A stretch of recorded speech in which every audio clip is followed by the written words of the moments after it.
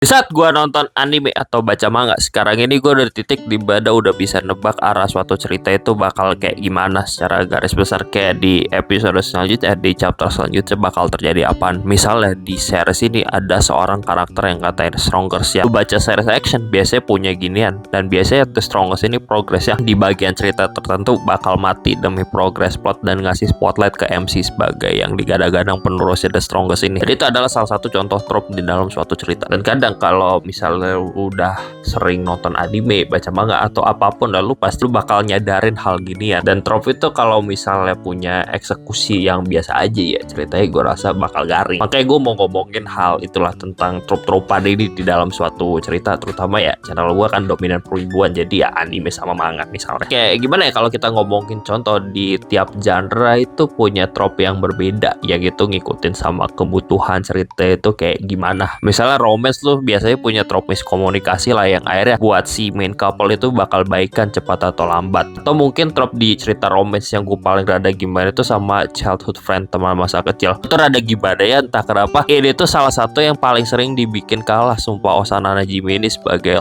level romance dari karakternya itu. Atau mungkin hal lainnya yang mungkin ini bisa dibilang trope gak sih, tapi ini kayak lebih ke arah klise banget. Kayak di series action atau sport biasanya si MC dibikin kalah buat karakter development. Kalau di action kadang kalahnya kalah brutal, luka fatal buat power up gitu di bagian selanjutnya. Dan kalau sports kalah brutal di olahraga tersebut, dan si MC nyari motivasi training lagi gitu sampai nemu teknik baru atau apalah gitu, yang itu semacam power up juga. Dan mungkin contoh yang tadi gue sebut udah kayak ngebikin bisa memprediksi arah cerita itu kayak gimana. Tapi jujur gue masih penasaran banget sama suatu cerita, walaupun gue udah tahu itu bakal kayak gimana. Kayak apa yang ngebedain suatu cerita itu dengan cerita lainnya pakai trope yang sama itu. Misalnya gimana trope inner demon gitu, yang biasanya dua jiwa di satu badan, yang kadang gitu si demon ini yang jahat itu ngambil alih badan si MC. Trope yang paling sering banget tuh muncul di suatu cerita itu belakangan dari gue baca tuh. Misalnya kalau di anime Yuji sama Sukuna dibanding sama Asa dan Yoru di Chainsaw Man itu. Atau kalau mau game yang gue suka banget itu V sama Johnny Silverhand di Cyberpunk 2077. Tapi ketika itu walaupun trope-nya sama, secara eksekusi berbeda. Atau mungkin ya ini mungkin lebih ke archetype sih, tapi mungkin bisa dimasukin ke sini juga, kayak karakter yang hidup panjang banget dan punya krisis mikirin dia masih hidup sendiri, tapi temen-temen yang dulu bisa mati duluan, macam karakter Elf, Frieren sama Marcel. Sesuai kalau misalnya suatu cerita itu trope-nya udah sering banget gue lihat dan gue udah bisa nebak arahnya kayak gimana, ya gue nggak pernah bosan karena ya gue memperhatikan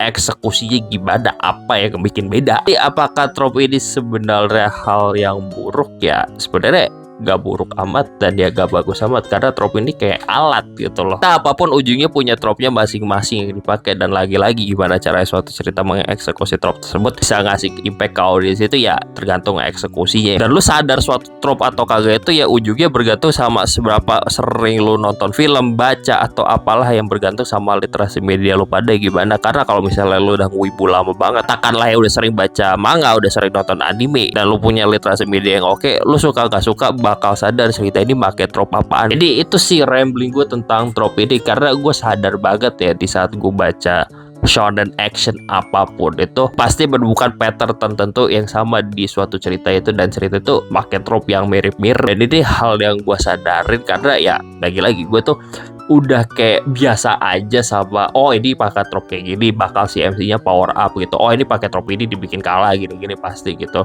Cuma ya gue masih mengikuti itu karena gue pengen tahu eksekusinya aja sih, kayak gue bilang. Jadi itu deh rambling gue tentang trope gitu-gitu dah, udah gitu aja, bye.